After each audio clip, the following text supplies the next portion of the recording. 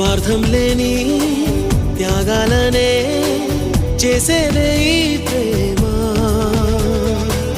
త్యాగంలోనా ఆనందాన్నే చూసేదే ఈ ప్రేమ. ఆనందం బదులు బాధే కలిగించే ఆ త్యాగం అవసరమా?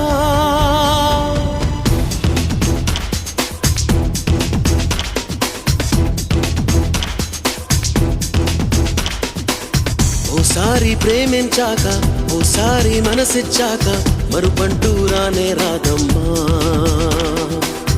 ఓసారి కలగన్నాక ఊహల్లో కలిసున్నాక విడిపోయే వీలే లేదమ్మా.